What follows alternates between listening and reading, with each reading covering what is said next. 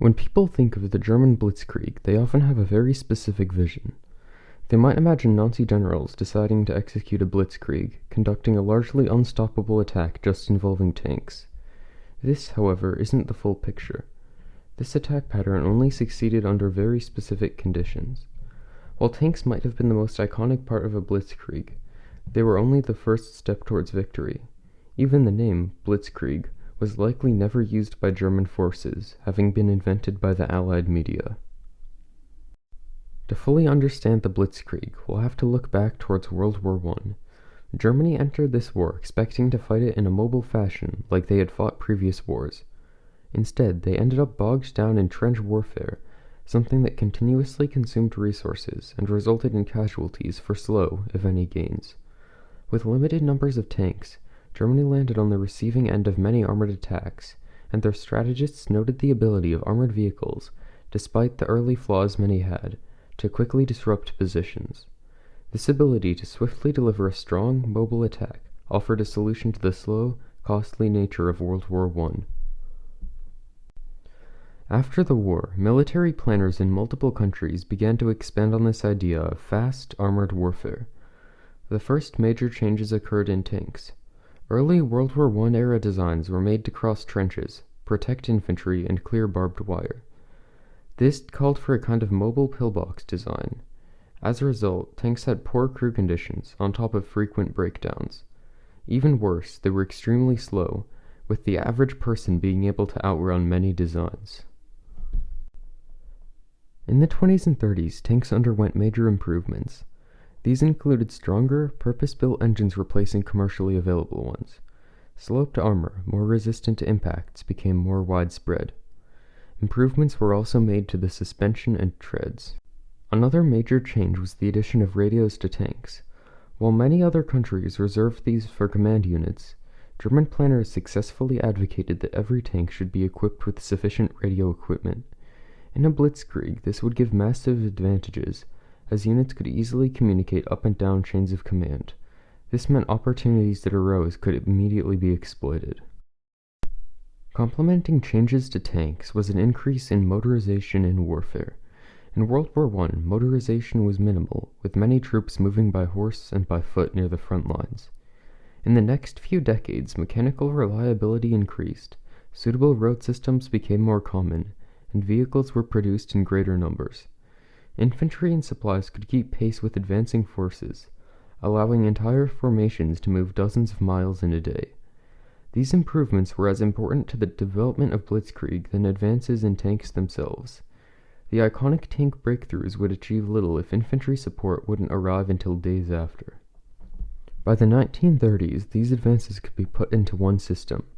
Tanks provided a spearhead to breach enemy lines and continue to exploit the breach, while motorized infantry secured territory, protected supply lines, and encircled enemy forces. Planes provided reconnaissance, targeted enemy armor, and hindered movement through the destruction of railroad lines and bridges. Radios allowed commanders to communicate and adjust actions in real time. When combined, these circumvented battles of attrition and allowed a force to overwhelm and destroy their enemies before they could react. This modern mobile kind of warfare was first fought in Poland. In September 1939, 3 groups of German forces attacked Polish defensive lines. On top of the difficulty of defending against attacks from multiple directions, Poland's defenses were stretched across long distances, not concentrated at the several small points. When these points were breached, German forces didn't stop, but instead pushed further into Polish territory, destroying targets such as command centers, bridges, and railways, creating confusion amongst the Polish as to exactly where German spearheads were. Many German advances threatened to surround Polish units, choosing to trap them instead of just pushing them backwards. This fit with Germany's historical pattern of destroying armies rather than simply taking territory. The campaign for Poland lasted about 5 weeks, proving this form of warfare was extremely effective. Militaries around the world soon took notice of how quickly Poland fell.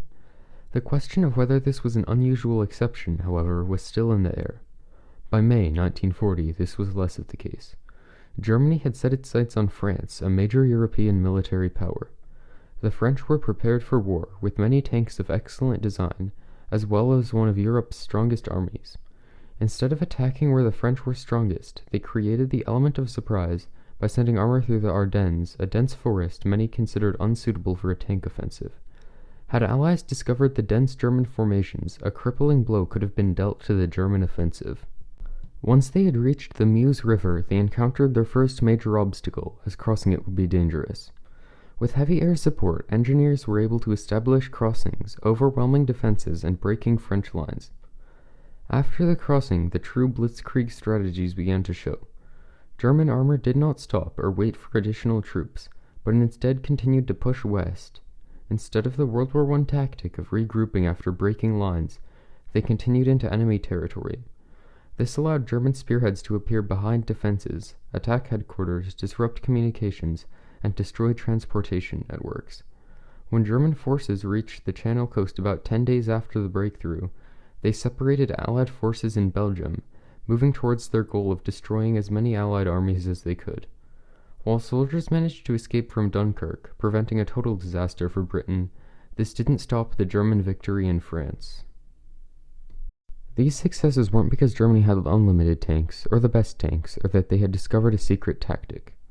Instead, their success was because the situations Blitzkrieg tactics were used in fit certain conditions. In both cases, the Germans had the element of surprise, highly concentrated forces, and didn't have to cover extreme distances to reach their targets.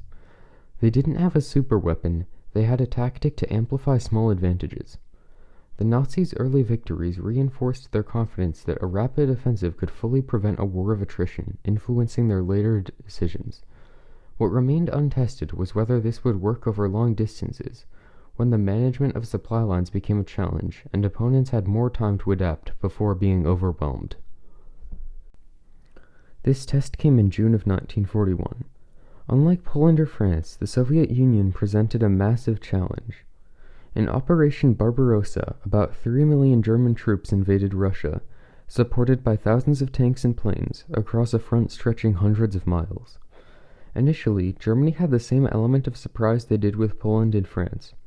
Russian forces near the border were caught off guard, and Soviet command structures were majorly disrupted. With German armor breaching defensive lines, large encirclements began to form. Some of these contained hundreds of thousands of troops. It was beginning to look like the campaign would be over within months. But in Poland and France, breakthroughs quickly reached objectives. In Russia, with poor roads and a different type of rail than Germany, armor would advance much quicker than supplies. Despite this, Germany continued to win battles. The difference from earlier campaigns was that the Soviets kept fighting. With much more territory, industrial capacity, and manpower, Russia couldn't be overwhelmed in the same way previous enemies could. As advances continued, German vehicles began to wear out and break down. Replacements became harder to deliver, and troops became increasingly exhausted. By the fall, the Germans were approaching Moscow. With stretched supply lines and roads that quickly turned to mud, movement continued to slow.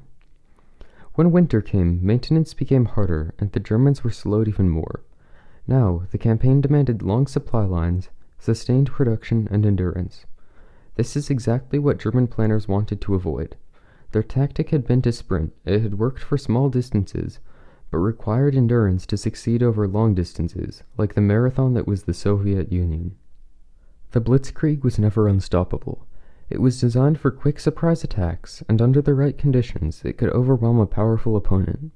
When used in situations without these conditions, its limitations became impossible to ignore.